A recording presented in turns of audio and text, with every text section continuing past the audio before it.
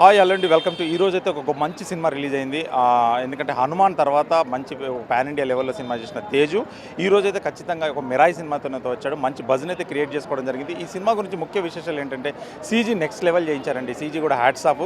ఇది పీపుల్ మీడియాకి ఫస్ట్ ముందుగా కంగ్రాచులేషన్ చెప్తున్నాను. పీపుల్ మీడియా సినిమా ఖచ్చితంగా, ఎందుకంటే ఇలాంటి సినిమా వాళ్ళు ఒక మంచి సినిమాని అందించారు. ఎందుకంటే ఈ సినిమాతో వాళ్ళకు ఒక ఫస్ట్ హిట్ వచ్చిందని చెప్పుకోవచ్చు పీపుల్ మీడియాకి ఈ సినిమా.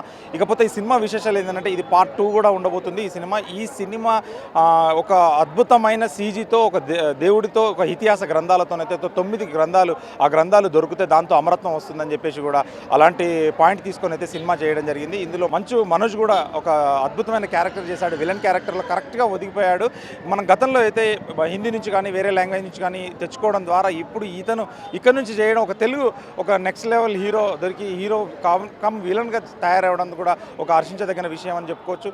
ఈ సినిమాతో ఎందుకంటే మంచు మనోజు ఎందుకంటే చాలా సినిమాలతో బిజీ అవుతాడు క్యారెక్టర్. ఎందుకంటే ఇకపోతే తేజ కూడా ఎందుకంటే తన క్యారెక్టర్ని అర్థం చేసుకొని, తన బాడీ లాంగ్వేజ్ని అర్థం చేసుకొని ఒక సూపర్ న్యాచురల్ కథలు ఎంచుకొని ఇలాగే కథలు తీసుకోవడం. హనుమాన్ తర్వాత మళ్ళీ ఈ సినిమా కూడా తీయడం జరుగుతుంది. హనుమాన్లో సూపర్ న్యాచురల్ పవర్స్తో అందరినీ మెప్పించి, అంటే ఒక ఏజ్ గ్యాపే లేకుండా చిన్న పిల్లలు పెద్దవాళ్ళకి అందరికీ అన్ని ఏజ్ గ్రూప్స్కి సమానమైన సినిమా తీసేసి ఒక మంచి పేరైతే తీసుకొచ్చుకున్నాడు సినిమా.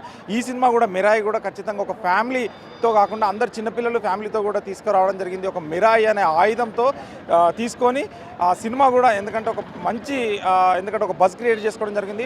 ప్రతి ఏరియా నుండి కూడా ఒక మంచి బజ్ అయితే వస్తుంది సినిమా. ఇది ఖచ్చితంగా కలెక్షన్స్ అయితే నెక్స్ట్ లెవెల్ కొట్టగలుగుతుంది. కానీ హనుమాన్ కూడా ఎందుకంటే హనుమాన్ సినిమా రిలీజ్ అయినప్పటికీ సంక్రాంతి సినిమాకి ఖచ్చితంగా తెలుగు వాళ్ళు ప్రతి వాళ్ళు ఒక సినిమా చూడాలనే ఉద్దేశంతోనే సినిమా చూసి కలెక్షన్ల పరంగా అది ప్రభంజనం సృష్టించింది.